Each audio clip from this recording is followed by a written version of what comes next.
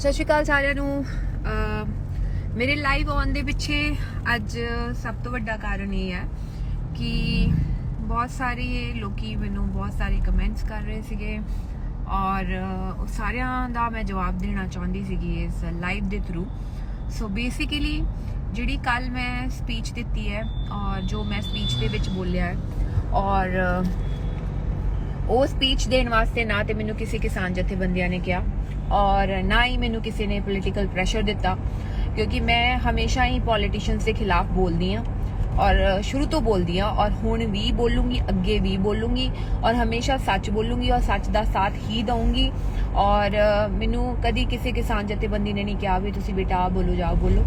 ਮੈਨੂੰ ਕਿਸੇ ਵਾਲੇ ਕੋਈ ਗੱਲ ਨਹੀਂ ਹੈ। ਇਹ ਮੇਰੀ ਖੁਦ ਦੀ ਅੰਦਰ ਦੀ ਜਿਹੜੀ ਗੱਲ ਸੀਗੀ ਉਹ ਮੈਂ ਰੱਖੀ ਸੀਗੀ ਔਰ ਉਹਦੇ ਪਿੱਛੇ ਇਹ ਇੰਪੋਰਟੈਂਟ ਸੀਗਾ ਸਭ ਤੋਂ ਜ਼ਿਆਦਾ ਕਿ ਮੈਂ ਕਿਸਾਨ ਜਥੇਬੰਦੀਆਂ ਬਾਰੇ ਇਸ ਕਰਕੇ ਚੰਗਾ ਬੋਲਣਾ ਚਾਹੁੰਦੀ ਹਾਂ ਕਿਉਂਕਿ ਜੇ ਕਿਸੇ ਦਾ ਵੀ ਕੋਈ ਆਪਣਾ ਮਤਭੇਦ ਹੈਗਾ ਆ ਕਿਸਾਨ ਜਥੇਬੰਦੀਆਂ ਦੇ ਲੀਡਰਸ ਨੂੰ ਲੈ ਕੇ ਤੇ ਉਹਨਾਂ ਨੂੰ ਉਹ ਗੱਲ ਜਾ ਕੇ ਉਹਨਾਂ ਦੇ ਨਾਲ ਪਰਸਨਲੀ ਤੌਰ ਤੇ ਕਰਨੀ ਚਾਹੀਦੀ ਆ, ਨਾ ਕਿ ਸੋਸ਼ਲ ਮੀਡੀਆ ਦੇ ਉੱਤੇ ਕਿਸੇ ਵੀ ਤਰੀਕੇ ਦੇ ਨਾਲ ਉਹਨਾਂ ਨੂੰ ਗਲਤ ਕਹਿਣਾ ਚਾਹੀਦਾ ਆ, ਕਿਉਂਕਿ ਉਹ ਸਾਡੇ ਵਾਸਤੇ ਟੇਬਲ ਟਾਕ ਕਰਦੇ ਆ ਗਵਰਨਮੈਂਟ ਦੇ ਨਾਲ। ਉਹ ਬਹੁਤ ਵੱਡੀ ਗੱਲ ਆ। ਜੇ ਆਪਾਂ ਹੀ ਅੱਜ ਆਪਣੇ ਕਿਸਾਨ ਜਥੇਬੰਦੀਆਂ ਦੇ ਲੀਡਰਸ ਦੀ ਰਿਸਪੈਕਟ ਨਹੀਂ ਕਰਾਂਗੇ ਤੇ ਉਹ ਗਵਰਨਮੈਂਟ ਕਿੱਥੋਂ ਕਰ ਲੂਗੀ ਯਾਰ। ਤੁਸੀਂ ਇਹ ਤੇ ਸੋਚੋ ਵੀ ਜਿੰਨੇ ਸਾਡੇ ਬਜ਼ੁਰਗ ਬੈਠੇ ਆ, ਸਾਡੀਆਂ ਮਾਵਾਂ ਬੈਠੀਆਂ ਨੇ, ਉਹ ਤੇ ਕਿਹਦੇ ਵੱਲ ਵੇਖਦੀਆਂ ਨੇ? ਉਹ ਇਹ ਵੇਖਦੀਆਂ ਨੇ ਵੀ ਹਾਂ ਕਿਸਾਨ ਜਥੇਬੰਦੀਆਂ ਦੀ ਕੋਈ ਮੀਟਿੰਗ ਹੋਊਗੀ, ਕੋਈ ਕੁਛ ਕੰਕਰੀਟ ਹੋਊਗਾ ਉਹਦੇ ਵਿੱਚੋਂ।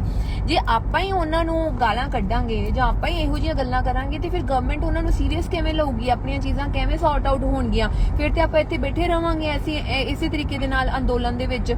ਵੇਖੋ ਜਿੱਥੇ ਗੱਲ ਆਉਂਦੀ ਹੈ ਦੀਪ ਸਿੱਧੂ ਦੀ, ਮੇਰਾ ਉਹਨਾਂ ਦੇ ਨਾਲ ਕੋਈ ਪਰਸਨਲ ਗਰਜ ਨਹੀਂ ਹੈਗਾ। ਮੇਰਾ ਨਾ ਹੀ ਉਹਨਾਂ ਦੇ ਨਾਲ ਕਿਸੇ ਤਰੀਕੇ ਦੀ ਪਰਸਨਲ ਮੇਰੀ ਕੋਈ ਲੜਾਈ ਆ ਉਹਨਾਂ ਦੇ ਨਾਲ, ਮੈਂ ਕਦੀ ਉਹਨਾਂ ਨਾਲ ਕੋਈ ਗੱਲ ਵਾਰਤਾਲਾਪ ਕੀਤੀ ਹੋਵੇ ਇਹੋ ਜੀ, ਨਾ ਹੀ ਮੇਰਾ ਕੋਈ ਪਰਸਨਲ ਗਰਜ ਲੱਖੇ ਸਿਧਾਣੇ ਦੇ ਨਾਲ ਹੈ।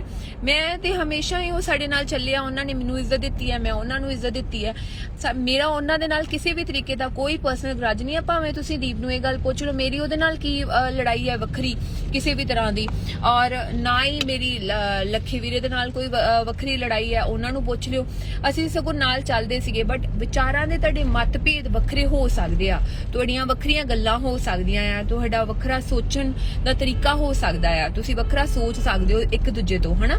ਹੁਣ ਗੱਲ ਰਹੀ ਜਿਹੜੀ ਮੈਂ ਗੱਲ ਕੀਤੀ ਹੈ ਕੱਲ, ਮੈਂ ਗੱਲ ਮੇਰੇ ਕਰਨ ਦਾ ਮਤਲਬ ਕੀ ਹੈ, ਉਹ ਗੱਲ ਰੱਖਣ ਦਾ ਕੀ ਮਤਲਬ ਹੈ? ਵੇਖੋ ਜੇ ਮੈਨੂੰ ਕੰਸਰਨ ਨਾ ਹੋਵੇ ਲੋਕਾਂ ਦਾ, ਜਿਹੜੇ ਸਾਡੇ ਮੇਰੇ ਜਿੰਨੇ ਵੀ ਸਾਡੇ ਭਰਾ ਜੇਲ੍ਹਾਂ ਦੇ ਅੰਦਰ ਗਏ ਆ ਜਾਂ ਮੇਰੇ ਜਿਹੜੇ ਬਾਪੂ ਜੇਲ੍ਹਾਂ ਦੇ ਅੰਦਰ ਗਏ ਆ, ਜੇ ਮੈਨੂੰ ਨਾ ਕੰਸਰਨ ਹੋਵੇ ਤੇ ਮੈਂ ਤਿਹਾੜ ਜੇਲ੍ਹ ਜਾਵਾਂ? ਮੈਨੂੰ ਕੀ ਮਤਲਬ ਆ? ਪਹਿਲੀ ਗੱਲ, ਮੈਨੂੰ ਕੀ ਮਤਲਬ ਆ ਕਿ ਮੈਂ ਤਿਹਾੜ ਜੇਲ੍ਹ ਜਾਵਾਂ, ਉੱਥੇ 3 ਘੰਟੇ ਬਾਹਰ ਮੈਂ ਵੇਟ ਕਰਾਂ, ਮੈਨੂੰ 3 ਘੰਟੇ ਬਾਹਰ ਮੈਨੂੰ ਉੱਥੇ ਅੰਦਰ ਨਾ ਜਾਣ ਦਿੱਤਾ ਜਾਵੇ? ਐਗਜ਼ੈਕਟਲੀ ਮੈਂ ਕਿਉਂ ਜਾਊਂਗੀ ਉੱਥੇ? ਮੈਨੂੰ ਕੀ ਲੋੜ ਪਈ ਆ ਕਿ ਮੈਂ 3 ਘੰਟੇ ਬਾਹਰ ਜੇਲ੍ਹ ਦੇ ਬਾਹਰ ਜਾ ਕੇ ਧੱਕੇ ਖਾਵਾਂ? ਮੈਨੂੰ ਕੀ ਲੋੜ ਪਈ ਆ ਕਿ ਮੈਂ ਆਪਣਾ ਕਰੀਅਰ ਛੱਡ ਕੇ, ਆਪਣੀਆਂ ਫਿਲਮਾਂ ਛੱਡ ਕੇ, ਆਪਣਾ ਕੰਮ ਛੱਡ ਕੇ ਮੈਂ ਇੱਥੇ ਬਵਾਂ ਟਿਕਰੀ ਬਾਰਡਰ ਦੇ ਵਿੱਚ ਟੈਂਟ ਦੇ ਵਿੱਚ ਆ ਕੇ ਰਵਾਂ? ਕਿਉਂ ਰਵਾਂ ਮੈਂ? ਆ ਸਾਰਾ ਕੁਝ ਕਿਉਂ ਕਰਾਂ? ਮੈਨੂੰ ਜੇ ਦੁੱਖ ਤਕਲੀਫ ਹੈਗਾ ਆ ਆਪਣੇ ਕਿਸਾਨਾਂ ਵਾਸਤੇ ਤਾਂ ਦੀ ਮੈਂ ਇੱਥੇ ਬੈਠੀ ਆ, ਨਹੀਂ ਤੇ ਮੈਨੂੰ ਕੀ ਲੋੜ ਪਈ ਆ ਇਹ ਸੋਸ਼ਲ ਵਰਕ ਕਰਨ ਦੀ? ਕਿਉਂ ਨਹੀਂ ਬਾਕੀ ਲੋਕੀ ਕਰ ਲੈਂਦੇ? ਕਿਉਂ ਨਹੀਂ ਬਾਕੀ ਐਕਟ੍ਰੈਸਸ ਕਰ ਲੈਂਦੀਆਂ ਜਿਹੜੀਆਂ ਆਪਣੀ ਲਗਜ਼ਰੀ ਜ਼ਿੰਦਗੀ ਜੀ ਰਹੀਆਂ ਨੇ, ਆਪਣੇ ਘਰ ਏਸੀ ਕਮਰਿਆਂ ਦੇ ਵਿੱਚ ਬੈਠੀਆਂ ਆ? ਹੁਣ ਗਰਮੀ ਆਉਣੀ ਨਾ, ਪਤਾ ਲੱਗਣਾ ਕਿ ਕੌਣ ਬਾਹਰ ਨਿਕਲਦਾ ਕੌਣ ਨਹੀਂ। ਕਿਉਂ ਮੈਂ ਠੰਡ ਦੇ ਵਿੱਚ ਇੱਥੇ, ਲੋਕੀ ਘਰ ਰਜਾਈਆਂ ਦੇ ਵਿੱਚ ਨਿੱਗੇ ਹੋ ਕੇ ਹੀਟਰ ਲਾ ਕੇ ਪਏ ਆ, ਮੈਂ ਇੱਥੇ ਠੰਡ ਦੇ ਵਿੱਚ ਰਾਤ ਨੂੰ ਤੁਰੀ ਫਿਰਦੀ ਆ, ਸਾਰਿਆਂ ਦੇ ਨਾਲ ਗੱਲਾਂ ਕਰਦੀਆਂ? ਕਿਉਂ? ਮੈਨੂੰ ਕੀ ਲੋੜ ਪਈ ਆ? ਮੈਂ ਕਿਉਂ ਕਰਾਂ ਇਹ ਸਾਰਾ ਕੁਝ?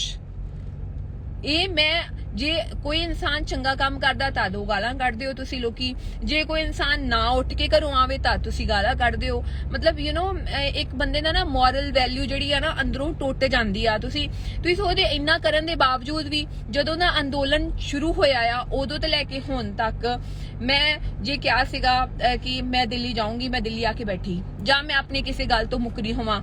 ਮੈਂ ਜੋ ਕਿਹਾ ਮੇਰੇ ਕਹਿਣ 'ਚ ਤੇ ਕਰਨ ਦੇ ਵਿੱਚ ਕੋਈ ਅੰਤਰ ਨਹੀਂ ਆਇਆ ਕਦੀ ਵੀ। ਜੇ ਮੈਂ ਕਿਹਾ ਹਾਂ 26 ਤਰੀਕ ਨੂੰ ਮੈਂ ਸਭ ਤੋਂ ਅੱਗੇ ਜਾਊਂਗੀ ਟਿਕਰੀ ਬਾਰਡਰ ਤੇ, ਕੋਈ ਇਹੋ ਜਿਹਾ ਬੰਦਾ ਮੈਨੂੰ ਦੱਸ ਦੇ ਵੀ ਜਿੰਨੇ ਕਿਹਾ ਹੋਵੇ ਕਿ ਸੋਨੀਆ ਮਾਨ 26 ਤਰੀਕ ਨੂੰ ਜਿੱਦਣ ਸਭ ਤੋਂ ਜ਼ਿਆਦਾ ਖਤਰਨਾਕ ਚੀਜ਼ ਸੀਗੀ, ਮੇਰੀ ਮਾਂ ਕਹਿੰਦੀ ਸੀਗੀ ਤੂੰ ਘਰ ਵਾਪਸ ਆ ਜਾ, ਮੈਂ ਸਭ ਤੋਂ ਅੱਗੇ ਹਾਂ, ਕਿਸਾਨ ਜਥੇਬੰਦੀਆਂ ਦੀ ਗੱਡੀ ਦੇ ਵੀ ਅੱਗੇ ਹਾਂ। ਮੈਂ ਉਦੋਂ ਵੀ ਇਹ ਗੱਲ ਕਹੀ ਸੀਗੀ ਕਿ ਜੇ ਕੋਈ ਵੀ ਗੱਲ ਹੁੰਦੀ ਹੈ ਸਭ ਤੋਂ ਪਹਿਲਾਂ ਮੇਰੇ ਤੇ ਆਊਗੀ, ਫਿਰ ਕਿਸੇ ਹੋਰ ਦੇ ਉੱਤੇ ਆਊਗੀ, ਜਾਂ ਫਿਰ ਮੈਂ ਜੇਲ੍ਹ ਦੇ ਵਿੱਚ ਨਾ ਗਈ ਹੋਵਾਂ ਆਪਣੇ ਭਰਾਵਾਂ ਨੂੰ ਮਿਲਣ ਵਾਸਤੇ, ਨਾ ਮੈਂ ਉਹਨਾਂ ਦੇ ਹੱਕਾਂ ਦੀ ਗੱਲ ਕੀਤੀ ਹੋਵੇ। ਮੈਨੂੰ ਨਹੀਂ ਸਮਝ ਲੱਗਦੀ ਕਿ ਲੋਕਾਂ ਨੂੰ ਸਮਝ ਨਹੀਂ ਲੱਗਦੀ ਜਾਂ ਫਿਰ ਕੁਝ ਆਈਟੀ ਸੈੱਲ ਵਾਲੇ ਨੇ ਜਿਹੜੇ ਗਲਤ ਬੋਲਦੇ ਨੇ। ਮੈਨੂੰ ਕਦੀ ਕਿਸੇ ਨੇ ਨਹੀਂ ਕਿਹਾ ਕਿ ਕਿਸਾਨ ਜਥੇਬੰਦੀਆਂ ਦੇ ਹੱਕ 'ਚ ਬੋਲ, ਮੈਨੂੰ ਕਦੀ ਕਿਸੇ ਨੇ ਕੋਈ ਪੋਲੀਟੀਕਲ ਪ੍ਰੈਸ਼ਰ ਨਹੀਂ ਦਿੱਤਾ ਕਿਸੇ ਵੀ ਗੱਲ ਦਾ, ਮੈਨੂੰ ਕਦੀ ਕਿਸੇ ਨੇ ਕਿਸੇ ਗੱਲ ਵਾਸਤੇ ਨਹੀਂ ਕਿਹਾ ਕਿ ਇਹ ਗੱਲ ਕਰ। ਜੋ ਮੇਰੇ ਦਿਲ ਦੇ ਵਿੱਚ ਗੱਲ ਆਉਂਦੀ ਆ ਉਹ ਮੈਂ ਕਰਦੀ ਆ। ਪਰ ਹਾਂ, ਮੈਂ ਇਹ ਵੀ ਗੱਲ ਕਹੀ ਆ ਵੀ ਜੇ ਮੈਂ ਕਿਸਾਨ ਜਥੇਬੰਦੀਆਂ ਦੇ ਜੇ ਖਿਲਾਫ ਜਾ ਕੇ ਮੈਂ ਕੋਈ ਆਪ ਹੁਦਰੀ ਬਣ ਕੇ ਕੁਛ ਵੀ ਉੱਤੇ ਡਿਸੀਜਨ ਮੇਕਿੰਗ ਕਰਨੀ ਸ਼ੁਰੂ ਕਰਦਾ ਜਾਂ ਕੁਛ ਵੀ ਕਰਨਾ ਸ਼ੁਰੂ ਕਰਦਾ ਤੇ ਉਹਦੀ ਜ਼ਿੰਮੇਵਾਰ ਕੌਣ ਆ? ਉਹਦੀ ਜ਼ਿੰਮੇਵਾਰ ਮੈਂ ਖੁਦ ਆ। ਉਹ ਮੈਂ ਕੀਤਾ, ਮੈਂ ਆਪਣੀ ਮਰਜ਼ੀ ਦੇ ਨਾਲ ਕੀਤਾ, ਉਹਦੀ ਜ਼ਿੰਮੇਵਾਰ ਮੈਂ ਆ, ਉਹਦੀ ਜ਼ਿੰਮੇਵਾਰ ਕਿਸਾਨ ਜਥੇਬੰਦੀਆਂ ਨਹੀਂ ਆ। ਫਿਰ ਕਿਉਂਕਿ ਜਦੋਂ ਉਹਨਾਂ ਨੇ ਮੈਨੂੰ ਜੇ ਰੋਕਿਆ ਵੀ ਅੱਗੇ ਖੂਹ ਆ ਉੱਥੇ ਛਾਲ ਡਿੱਗ ਜਾਏਗੀ ਅੱਗੇ ਜਾ ਕੇ, ਤੇ ਜੇ ਮੈਂ ਉਹ ਛਾਲ ਮਾਰਦੀ ਆ ਉਹ ਖੂਹ ਦੇ ਵਿੱਚ ਤੇ ਉਹਦੀ ਜ਼ਿੰਮੇਵਾਰ ਮੈਂ ਖੁਦ ਹੋਊਂਗੀ। ਐਵੇਂ ਹੀ ਜਦੋਂ ਆਪਾਂ ਇਸ ਅੰਦੋਲਨ ਦੇ ਵਿੱਚ ਆਉਂਦੇ ਆ, ਜੇ ਲੋਕੀ ਮੈਨੂੰ ਇਹ ਗੱਲਾਂ ਕਰਦੇ ਆ ਕਿ ਤੁਹਾਨੂੰ ਪਰਚਿਆਂ ਦਾ ਕੀ ਪਤਾ ਆ, ਤੁਹਾਨੂੰ ਜੇਲ੍ਹਾਂ ਦਾ ਕੀ ਪਤਾ ਆ, ਮੈਂ ਇਹ ਦੱਸਣਾ ਚਾਹੁੰਦੀ ਆ ਭਰਾਓ ਵੀਰੋ, 3 ਘੰਟੇ ਤਿਹਾੜ ਜੇਲ੍ਹ ਦੇ ਬਾਹਰ ਸੋਨੀਆ ਮਾਨ ਹੀ ਸੀਗੀ ਜਿਹੜੀ ਬਹਿ ਕੇ ਆਈ ਮਿਲਣ ਵਾਸਤੇ ਆਪਣੇ ਭਰਾਵਾਂ ਨੂੰ ਅੰਦਰ ਉੱਥੇ, ਠੀਕ ਹੈ। ਔਰ ਮੈਂ ਨਵਦੀਪ ਦੀ ਗੱਲ ਕਰਦੀ, ਔਰ ਨਵਦੀਪ ਦੇ ਕੇਸ ਦੀ ਸਟੱਡੀ ਕੀਤੀ, ਉਹਦੀ ਭੈਣ ਨੂੰ ਪੁੱਛੋ ਸੋਨੀਆ ਮਾਨ ਨੇ ਉਹਦੀ ਕੇਸ ਦੀ ਰਿਹਾਈ ਦੇ ਵਿੱਚ ਕਿੰਨੀ ਮਦਦ ਕੀਤੀ ਤੇ ਕਿੰਨੀ ਨਹੀਂ ਕੀਤੀ। ਮੈਂ ਆਪਣੇ ਮੂੰਹੋਂ ਨਹੀਂ ਬੋਲਦੀ, ਮੈਂ ਕਰਨ ਦੇ ਵਿੱਚ ਬਲੀਵ ਕਰਦੀ ਆ, ਮੈਂ ਦੱਸਣ ਦੇ ਵਿੱਚ ਬਲੀਵ ਨਹੀਂ ਕਰਦੀ। ਅੱਜ ਤੁਸੀਂ ਲੋਕਾਂ ਨੇ ਮੈਨੂੰ ਮਜਬੂਰ ਕੀਤਾ ਬੋਲਣ ਦੇ ਉੱਤੇ। ਨਵਦੀਪ ਦੀ ਭੈਣ ਤੋਂ ਤੁਸੀਂ ਪੁੱਛ ਸਕਦੇ ਹੋ ਕਿ ਸੋਨੀਆ ਮਾਨ ਨੇ ਨਵਦੀਪ ਦੀ ਕਿੰਨੀ ਹੈਲਪ ਕੀਤੀ ਹੈ ਤੇ ਕਿੰਨੀ ਨਹੀਂ ਕੀਤੀ ਹੈ। ਉਹ ਆਪਣੇ, ਮੈਂ ਚਾਹੁੰਦੀ ਸੀ ਕਿ ਉਹ ਆਪਣੇ ਮੂੰਹੋਂ ਦੱਸੇ, ਮੈਂ ਨਹੀਂ ਚਾਹੁੰਦੀ, ਮੈਨੂੰ ਪਬਲਿਸਿਟੀ ਲੈਣ ਦੀ ਲੋੜ ਨਹੀਂ ਹੈਗੀ ਲੋਕਾਂ ਨੂੰ ਜਾ ਕੇ ਦੱਸਾਂ। ਮੈਨੂੰ ਮੇਰਾ ਕੰਮ ਆ ਜਦੋਂ ਤੱਕ ਤੁਸੀਂ ਲੋਕਾਂ ਵਾਸਤੇ ਕਰਦੇ ਨਹੀਂ ਹੋ, ਤੁਸੀਂ ਬੋਲੋ ਘੱਟ ਕਰੋ ਜ਼ਿਆਦਾ। ਮੈਨੂੰ ਸਟੇਜ ਤੇ ਜਾ ਕੇ ਬੋਲਣ ਦਾ ਕੋਈ ਸ਼ੌਂਕ ਨਹੀਂ ਆਦਾ। ਮੈਨੂੰ ਲੱਗਦਾ ਪ੍ਰੈਕਟੀਕਲੀ ਅਪਰੋਚ, ਤੁਸੀਂ ਲੋਕਾਂ ਦੇ ਵਿੱਚ ਵਿਚਰੋ, ਜਾ ਕੇ ਉਹਨਾਂ ਦੀ ਮਦਦ ਕਰੋ, ਕਿਸੇ ਚੀਜ਼ ਦੀ ਲੋੜ ਹੈ ਉਹਨਾਂ ਦੀ ਤੁਸੀਂ ਤਕਲੀਫ ਸੋਲਵ ਕਰੋ, ਉਹਨਾਂ ਨੂੰ ਖੁਦ ਕਹੋਗੇ। ਤੁਸੀਂ ਜਿਵੇਂ ਆਪਾਂ ਕਰ ਸਕਦੇ ਆ ਤੁਸੀਂ ਵੀ ਕਰ ਸਕਦੇ ਹੋ, ਜਾ ਕੇ ਉਹ ਵੀ ਵਲੰਟੀਅਰਸ ਬਣ ਸਕਦੇ ਆ। ਮੇਰਾ ਕੰਸਰਨ ਇਹ ਆ ਵੀ ਜਿੰਨੇ ਮੇਰੇ ਭਰਾ ਆ ਅੰਦਰ ਜੇਲ੍ਹ ਦੇ ਵਿੱਚ, 115 ਲੋਕੀ ਅੰਦਰ ਸੀਗੇ, ਬਾਪੂ ਵੀ ਸੀਗੇ, ਭਰਾ ਵੀ ਸੀਗੇ, ਸਾਰੇ ਹਨਾ ਅੰਦਰ ਸੀਗੇ। ਉਹਨਾਂ ਬਾਰੇ ਕਿੰਨਾ ਨੇ ਗੱਲ ਕੀਤੀ ਆ? ਉਹਨਾਂ ਦੇ ਨਾਮ ਕਿੰਨਿਆਂ ਨੂੰ ਪਤਾ ਆ? ਕਿੰਨਿਆਂ ਨੂੰ ਪਤਾ ਉਹਨਾਂ ਦੇ ਨਾਮ? ਕੀ ਗੱਲ ਉਹਨਾਂ ਦਾ ਯੋਗਦਾਨ ਘੱਟ ਸੀਗਾ ਇਸ ਅੰਦੋਲਨ ਦੇ ਵਿੱਚ? ਨਹੀਂ ਨਾ, ਉਹਨਾਂ ਦਾ ਵੀ ਨਾਮ ਹੋਣਾ ਚਾਹੀਦਾ ਆ, ਉਹਨਾਂ ਦੇ ਨਾਮ ਬਾਰੇ ਵੀ ਪਤਾ ਹੋਣਾ ਚਾਹੀਦਾ। ਐਟਲੀਸਟ ਉਹਨਾਂ ਦੇ ਘਰਦਿਆਂ ਨੂੰ ਇਹ ਤੇ ਲੱਗੇ ਵੀ ਹਾਂ ਸਾਡੇ ਬੱਚਿਆਂ ਨੇ ਕੁਝ ਕੀਤਾ ਆ। ਜੇ ਗਏ ਹੋ ਜੇਲ੍ਹ ਦੇ ਵਿੱਚ, ਐਟਲੀਸਟ ਆਪਾਂ ਉਹਦਾ ਦੀ ਰਿਸਪੈਕਟ ਕਰ ਰਹੇ ਆ।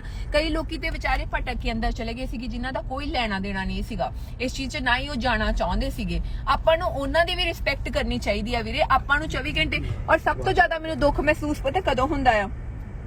ਕੱਲ ਇਸ ਚੀਜ਼ ਦਾ ਮੈਨੂੰ ਪਤਾ ਲੱਗਾ ਵੀ ਸੱਚੀ ਇਹ ਆਈਟੀ ਸੈੱਲ ਹੀ ਆ। ਕਿਉਂਕਿ ਮੈਂ ਖੁਦ ਇੱਕ ਸਿੱਖ ਪਰਿਵਾਰ ਨੂੰ ਬਿਲੋਂਗ ਕਰਦੀ ਆ, ਮੈਂ ਖੁਦ ਮੈਂ ਖੁਦ ਪਾਠ ਕਰਦੀ ਆ ਰੋਜ਼, ਹਨਾ, ਮੈਂ ਖੁਦ ਗੁਰਦੁਆਰਾ ਸਾਹਿਬ ਜਾਂਦੀ ਆ। ਮਤਲਬ ਮੈਨੂੰ ਇਹ ਲੱਗਾ ਵੀ ਜਦੋਂ ਮੈਂ ਲੋਕਲਾਂ ਦੇ ਵਿੱਚ ਜਾ ਕੇ ਵਿਚਰਦੀ ਆ, ਮੈਨੂੰ ਸਾਰੇ ਇੰਨਾ ਜ਼ਿਆਦਾ ਰਿਸਪੈਕਟ, ਇੰਨਾ ਪਿਆਰ ਕਰਦੇ ਆ, ਹਨਾ।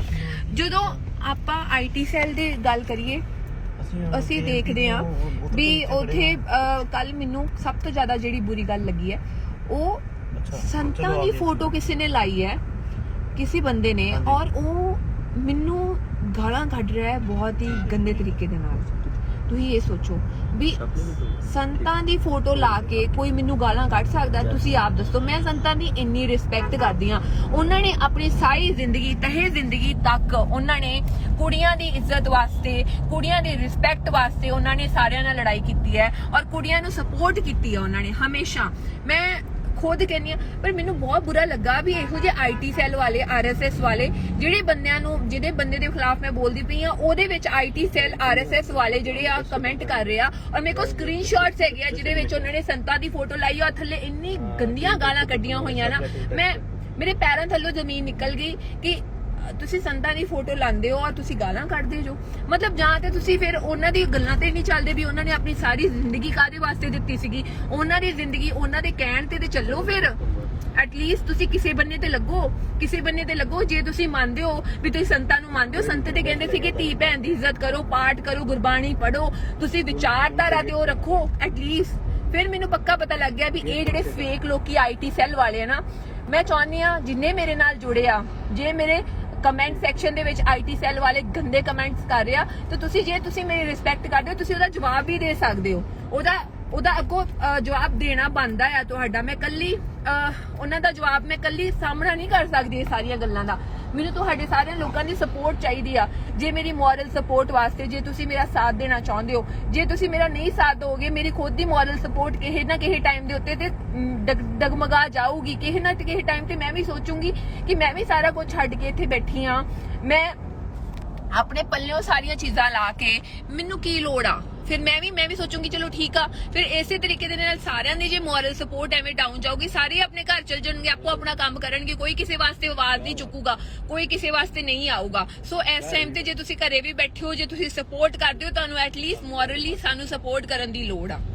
ਬਸ ਇਹੀ ਕਹਿਣਾ ਚਾਹੁੰਦੀ ਆ। ਵਾਹਿਗੁਰੂ ਜੀ ਕਾ ਖਾਲਸਾ, ਵਾਹਿਗੁਰੂ ਜੀ ਕੀ ਫਤਿਹ।